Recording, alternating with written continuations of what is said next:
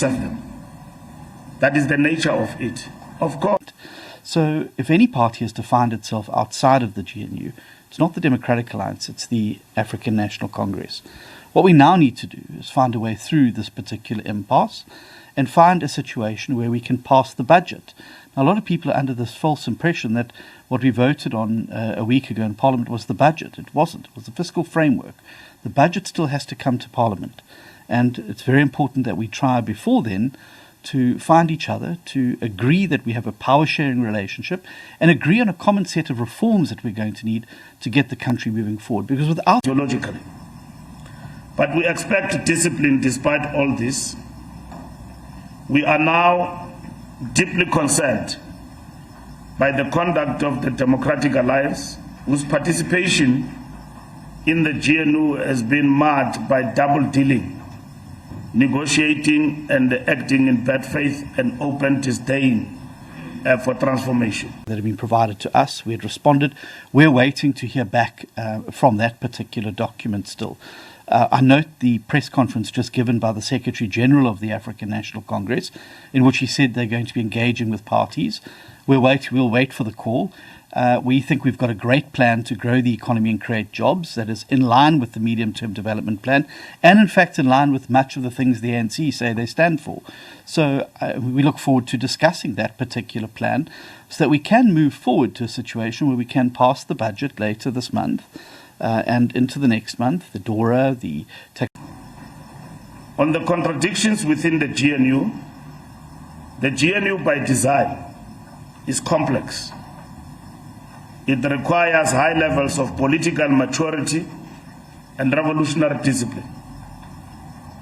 We did not get into the GNU with an understanding that it is a melting pot and that everybody who's in the GNU will agree with the ANC. In its very nature, it's multi-ideological. It brings people who don't agree. I mean, the cart before the horse.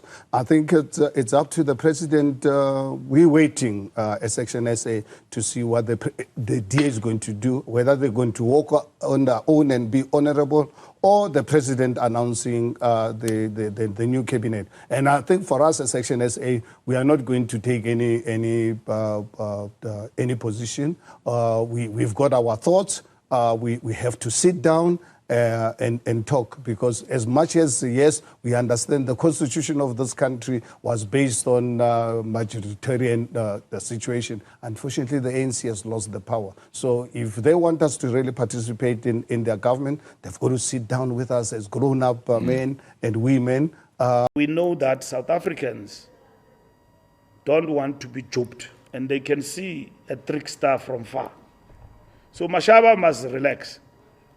He's not been duped.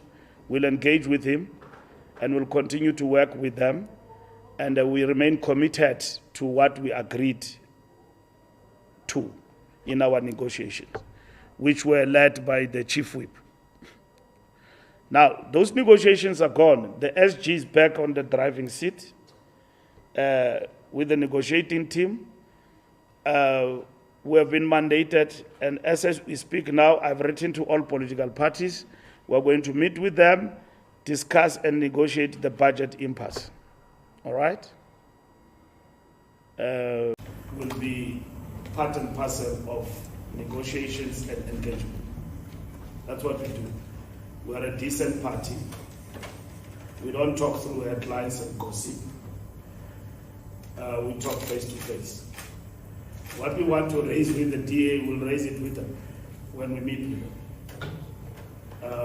Maybe they've taken a decision. We don't